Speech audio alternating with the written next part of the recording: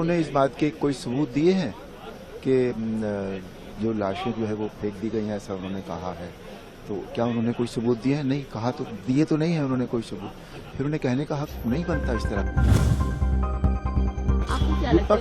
विपक्ष का जो है ना तो हमारी संस्कृति से कोई ताल्लुक रह गया है, ना कोई धर्म से ताल्लुक रह गया है, ना सनातन से ताल्लुक रह गया है। उनको सिर्फ राजनीति करनी है, बस कुछ न कुछ कहना है रोज।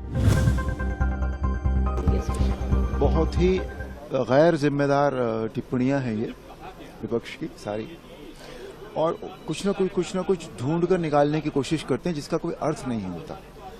अब अगर प्राइम मिनिस्टर हमारे जा रहे हैं वहां पर तो होली डिप के लिए जा रहे हैं, तो उनका जो मेन मुद्दा है वो होली डिप है, बिकॉज वो उस तरह के इंसान है नहीं जिस तरह का इंसान ये कह रहे हैं कि वो उससे वोट लेने के लिए वो वहां जाएंगे। मुझे नहीं लगता, ऐसा बिल्कुल भी नहीं है, because is a very straight forward, और उसने वो आदमी ने देश के लिए इतना कुछ किया है, और उसके जो अपने जो सोच है, जो अपना धर्म के प्रति, सनातन के प्रति जो उनका कमिटमेंट है, वो उसके लिए जा रहे हैं। और गंगा में तो संगम में स्नान करना, महाकुंभ में स्नान करना, उसको इस तरह से राजनीति से जोड़ देना बहुत ही गलत और गैर जिम्मेदार बात है।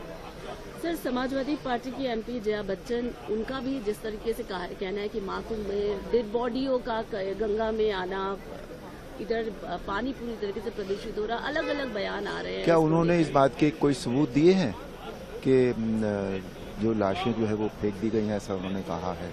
तो क्या उन्होंने कोई सबूत दिए हैं? नहीं कहा, तो दिए तो नहीं है उन्होंने कोई सबूत। फिर उन्हें कहने का हक नहीं बनता इस तरह के बयान देने का। Y?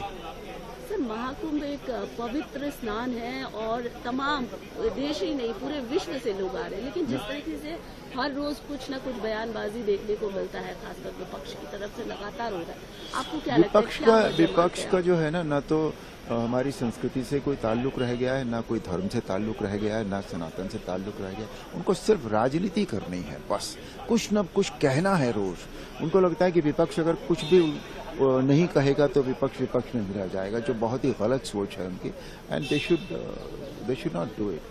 Sir, LOP Rahul Gandhi के द्वारा प्रेसिडेंट के अभिभाषण के बाद जो थैंक्स गिविंग होता है, उसके बाद उनकी जो स्पीच सामने आई, उसको लेकर भी बहुत, क्योंकि उन्होंने महाराष्ट्र इलेक्शन पर सवाल उठाया, हरियाणा इलेक्शन पर सवाल उठाया, ईवीएम और तमाम इलेक्शन कमीशन से डेटा की भी बात कही, और वो भी संसद के पटल पर एक तरह से इल्जाम पूरी तरीके से लगा गया है इस इलेक्शन के रिजल्ट को लेकर। मैंने एज आई सेड इट, बहुत ही मतलब उन्हें और कुछ काम नहीं रह गया है इन लोगों को, सिर्फ कुछ ना कुछ उल्टा पुल्टा कहना है, बस दैट्स ऑल, नथिंग। उन्हें ये भी नहीं पता होता वो कह क्या रहे हैं, उसका क्या मतलब क्या निकलता है।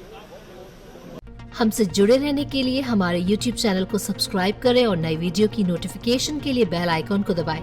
अगर आप ये वीडियो Facebook पर देख रहे हैं तो लाइक जरूर करें और ज्यादा से ज्यादा शेयर करें। धन्यवाद।